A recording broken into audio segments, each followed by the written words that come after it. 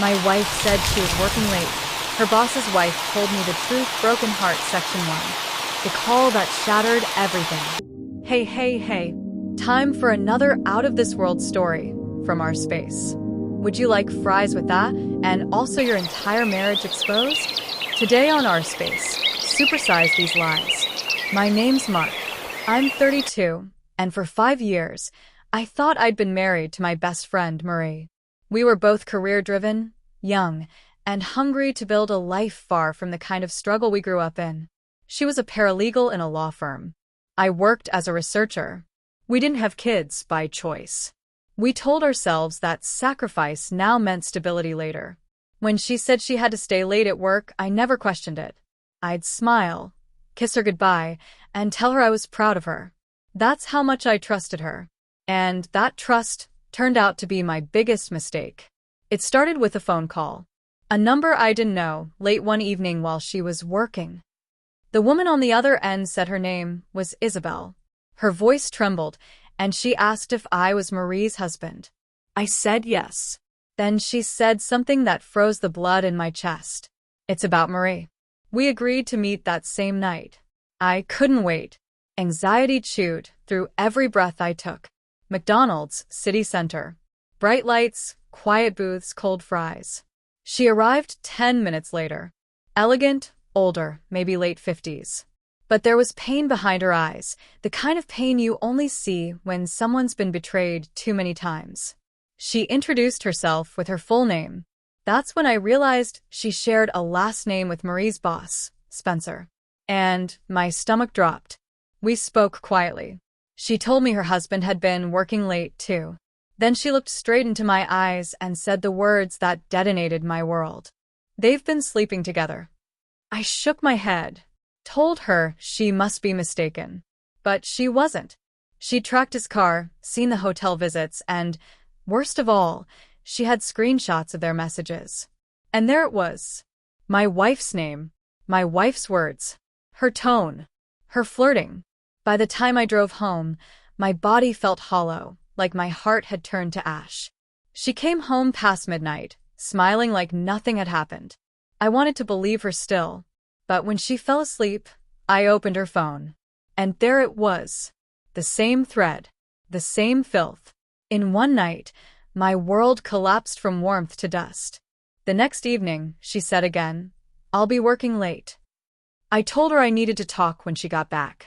When she returned, she looked at me with that same soft face I used to love. "What did you want to talk about?" she asked. I asked where she'd been. "The office," she said. "Tell me the truth," I replied. Her expression flickered, just for a second, and then she doubled down. It was a business dinner. Then the office. I could tell. She was choosing her words like a child caught stealing. So I pushed harder. "What about all those other nights?" Silence. Then a small, nervous laugh. "Pretty much the same," she said. I told her I knew everything. That I knew about Spencer, about the hotel, about every message. Her face turned pale. Then she tried to flip it. "What? Are you spying on me?" That was her defense. Not guilt. Not tears. Just accusation. I told her it didn't matter how I knew. I wanted the truth. Finally, she sighed and said, "I didn't have a choice." According to her, Spencer kept pushing, and she was scared of losing her job. But I'd read the messages. They weren't written by someone trapped. They were written by someone eager. Someone choosing it. I told her that. Told her she could have come to me. We could have figured it out together. But she didn't want to be saved. She wanted to hide. That's when I saw something shift in her. Not remorse. Defiance. Like she still believed she could outtalk me, outmaneuver me, even after I had proof. I walked out before I said something cruel. Locked myself in the bedroom. Stared at the ceiling for hours, realizing my marriage was gone, and all I could do was end it clean. The next morning, I called a divorce lawyer before I even went to work. By the time she got to her firm, she was served. That night, she came home. Didn't say a word. When I told her she needed to leave, she laughed, said she had a legal right to stay. So now, we live under one roof, divided by silence. Isabel and I spoke again. She thanked me for listening, and I thanked her for saving me from a life built on lies. She told me she was divorcing her husband too. She'd spent years forgiving him, hoping to keep their family whole.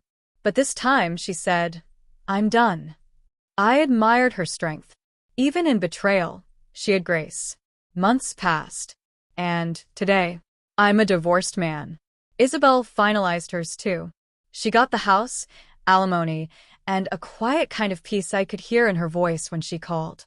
As for me, I didn't walk away empty-handed either. The judge awarded me the house. I pay a small alimony, but that's fine. I can handle it. The affair cost both of them everything, their jobs, their reputations, their marriages. Isabel reported them before I could. The firm investigated, and soon after, both Marie and Spencer were fired. When I heard the news, I didn't smile.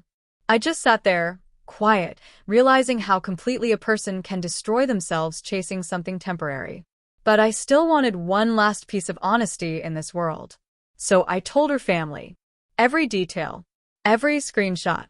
Her brothers were furious. Her father disappointed.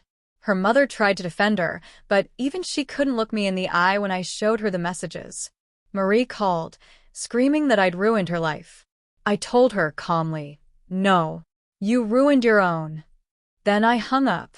Now the only link between us is a monthly payment, a reminder of the price of betrayal. But I'm free. The nights are quiet again. I cook for myself. The house feels like mine. Sometimes, I still wake up expecting to hear her keys in the door. But then I remember, peace sounds better. And as for Isabel, she's somewhere out there healing too.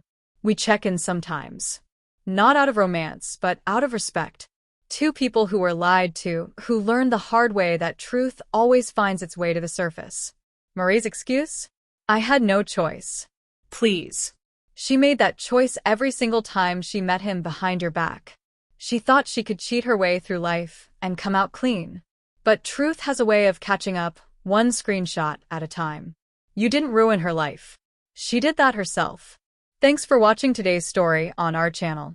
If you enjoyed it, make sure to like, subscribe, and turn on notifications, and help me reach 1,000 subscribers so I can bring you more stories like this. See you next time.